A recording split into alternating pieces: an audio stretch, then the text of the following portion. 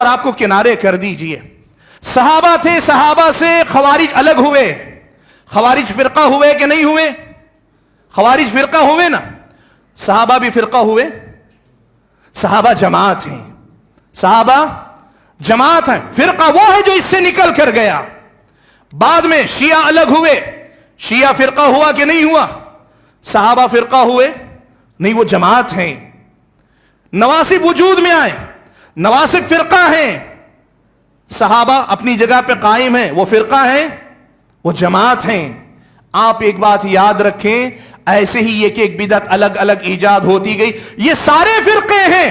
صحابہ اور نبی علیہ الصلوۃ والسلام جس طریقے پر قائم تھے وہ فرقہ نہیں جس کی مذمت کی گئی, وہ جماعت ہیں, وہ اصل ہیں. وہی اصل میں جماعت ہیں, یہی اصل میں دین کے علم بردار ہے. یہ لغوی معنوں میں, لنگوسٹک جسے کہتے ہیں, لغوی معنی میں اگر آپ کہنا چاہیں جماعت کے فرقے کے مقابلے میں فرقہ, گروہ کے مقابلے میں گروہ ہے. لیکن شرعی معنی میں, جب شریعت کے معنی میں جب فرقہ کہا جاتا ہے, اہل الحدیث فرقہ نہیں ہے, اہل الحدیث جماعت ہے.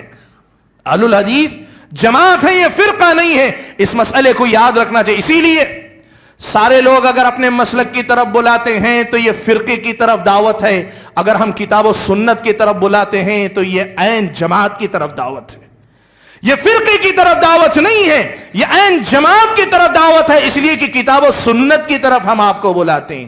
ہم کتاب و سنت کو اس طریقے پہ سمجھنے کی دعوت دیتے ہیں جو صحابہ کے زندگی میں تھا, صحابہ نے جیسے اپنایا تھا. میرے بھائیوں, اس حقیقت کو یاد رکھنے کے